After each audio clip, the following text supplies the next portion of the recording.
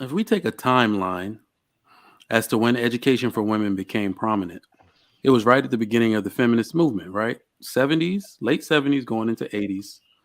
All right. And what we notice, and I notice a lot of women still do this in the 2020s, women say male ego.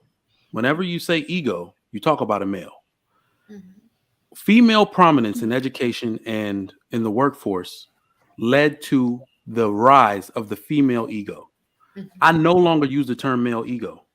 Women have an equivalent or worse ego. Women are For more sure. egotistical because, like I said before, y'all are like immature power wielders, right? That's where that term boss bitch narrative comes from. Have you ever heard a male call himself like the real alpha doesn't go, I'm an alpha male.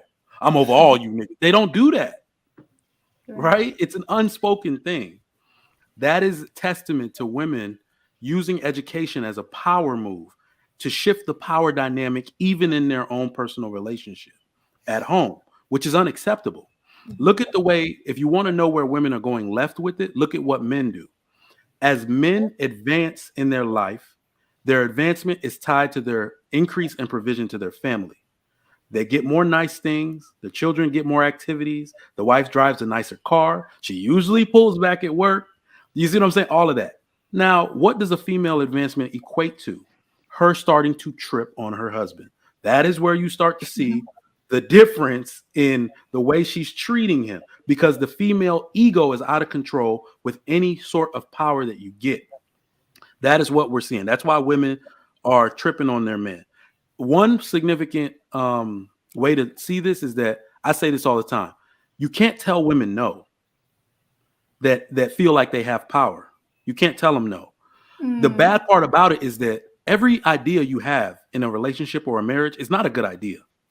So because they're able, because they're educationally able to make decisions, they think everything is a good idea. That's something I've noticed. You're not going to downplay my greatness. No, he's trying to give you some logic to say this investment may not work out, right? But these men can't tell their women no. That's another huge issue and clash they run into. This power makes women more masculine and less agreeable. So agreeableness is one of your most feminine characteristics. Like that, so it's naturally going to cause problems in your relationship as to what your man looks for from you. The reason why we know this is a Western problem, like women have ego problems, is because look at your foreign counterparts, even the ones that were born in America. They work harder jobs than American women. African women make up all pretty much all the black women in STEM. Doctors, engineer, those are Africans, not just black women. They're African women, right? Middle Eastern women, STEM.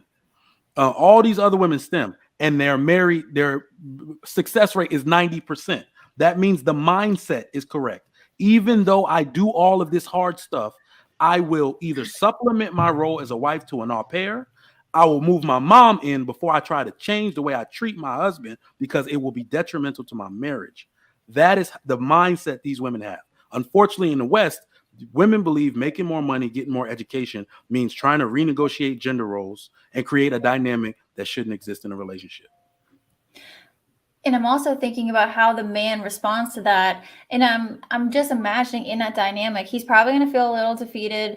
Well, he that's another thing. He married her, so whatever.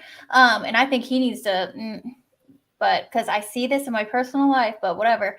Not me, but someone I know. But also too, so if he's feeling like he doesn't have a say, well, then maybe he's not speaking up. Maybe possibly she could be making some rough decisions, and then it's just a spiral, into disaster, like you guys were saying. And it just started off bad from the get-go. But Trigger Mike, you pretty much hit it nail So on the head.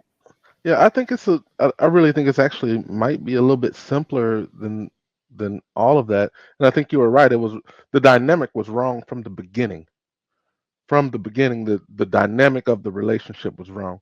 But I think that women that get into those relationships and get married to a man where she's educated, formally educated, and she has a career path, uh, get into those relationships assuming that the man is going to keep up, or that he's going to elevate in some way, and he isn't who she hoped he would be.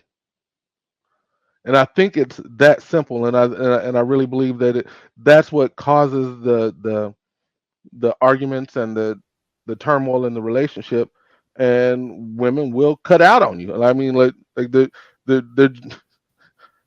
there's no other way to say it. I mean, the stats back it up. It's okay. You're not who I thought you were. I know we got this kid, but I'm out. You didn't That grow to the man that I thought you would become. I'm gone. And I think it's really that simple. that makes sense, but I also think, and that is, I can kind of like find understanding and like grace with that, with those situations, because men are not perfect, that is for sure. And I'm not saying women, they can make good judgments. Sometimes people don't turn out or don't do what they said they would or whatever. But I also think there are some women too that just want to control people, like they want to control the man. And I've seen it with women that have more education or are making more money than the guy. And it's funny because they have a track record with guys that they can almost control. And I don't know why the guys let them, but I've seen that too. So Vagina. silly. I'm not going to comment on that. So want to know what's funny? Like, what's like the icing on the cake of this conversation? When we say, like, because what's prevalent here is that women want their men, educated women want their men to be some souped up version of themselves. Like their man is never enough unless he's the top dog. That's where we get this narrative of he has to be a leader. He needs to be. What they're talking about, a man is a man being a leader of other men, which is none of their business, actually, right? He needs to have the characteristics to lead your home, to lead you. But you want him to be out here punching other dudes in the face for his position in life. I don't understand why that's the way it is. But the funny part about it is what makes it ironic. More women flooding the workforce makes it impossible for men to make what they used to. We have a finite amount of money to be given out in any public sector, any private sector, any job, any company. So women infusing themselves in the workforce mean by definition, but men make less because we have to compete with y'all. So every woman that wants a man to make more should go forfeit her job and say, and bring the dude they want to give the money to. Because economically, that's what y'all did. Want to compete. I think that's part of, I ain't gonna say the problem. I think a lot of times we compete in the wrong areas. And I think for women, especially, I think we had a previous topic before where we talked about, sometimes the settled mindset that our culture has. And a lot of times, like when you're talking about like foreigners in these STEM, fields and things like that, it's not just women Black women that are lacking in those fields. It's Black men too. So when you're talking about like, foreigners, yes, that you should be competing against them.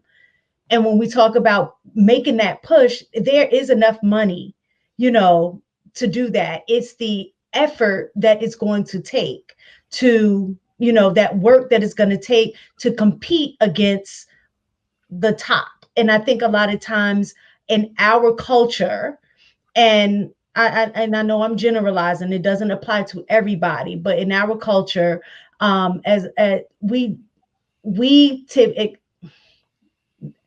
I'm just speaking of men because we're talking about leadership in men in these positions, that Black men a lot of times tap out. They want the easier route to get in the bag, as opposed to like, I'm not going to go to college and stay in college for 8 years to become a doctor, or put in, I don't, the excuse is, I don't want to have all of those student loans. I don't want to do these things, but at the same time expecting the same pay, but then also expecting a woman to want him. No, I'm serious. Expecting a woman to be like, I'm okay with that. If you are a woman that is progressive, so to speak, that you're working. Most people, most women are going to want a man that's like that as well. Ooh, no, So they're not. I mean, You bringing? I'm bringing But the you smoke know now. it. go, But You done get? You go to jail now? go ahead. No, go ahead and look at the stats. Look at how many black men are in. Now, there are definitely more black men in those fields No, than no, you're right. You're than right. But women. no, you're right. You're right. But when But you look this, at our and let yeah, me, culture, okay, let me say, when you look at our culture, our the things that our, especially of this generation, they're going into entertainment. yep, You know what I'm saying? They're going into sports. They're yeah, not looking to be the person that owns the sport team. They're not looking to be, those are the things that I'm talking about. That sometimes we have a lack mindset and we take yeah. the easier route. They'll These put, boys, yeah. 70% of these boys were raised by their mamas. Mhm. Let's just put that out there. They are not going to be. So the issue here is that what black boys would have been in a two-parent household is everything they were right between the 1930s and 1960s, where black doctors, Tuskegee Airmen, and Mhm. all this type of the great stories come from that block of time. So that's black men were either equal or exceeding their counterparts at that time. So that's what would happen. If you want to make a comparison to boys this color, look at African men. What are they doing? They make more. Faction of them make more than Asian men. They make more than all. So it's like this is what black boys would be doing if their fathers were in the home. So that's first. But let me tell you where we kind of got off with this. No, a woman cannot tell me that I do not qualify for submission if I'm a black man, if I make more than Jorge that lays bricks for $100 a day, but he gets a woman who also works and he comes home and she washes his feet. Can't do that. Black men I make more can than say that. Hispanic men. Black men make more than Hispanic men in this country now, as of the 2020 census. They do. All right. So the one thing that women aren't realizing is you're asking us to finance your luxury off top. Off rip, we got to make 75K to qualify for a woman. That's not true. Most marriages and relationships are going to start off in IKEA. All right. We're going to be in this little ass apartment. This is where our first baby going to come from. All right. Remember, we can't all be the boss at the same time, but I can work my way up there though. Hmm.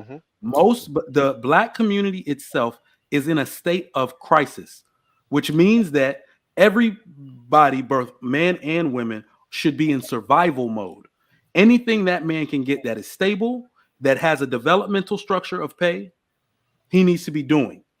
All right. And then you didn't acknowledge all the things that could be in his way and why he would not want to get involved in the collegiate job competitive market. All of these things going on to where, BLM, it is extremely unattractive for boys to get in the same system as white men, Indian men, because they feel as though they're going to be picked last, no matter what their aptitude level is, right? That's not a big one, but I'm just saying the climate for it shows them that's not something to trifle with.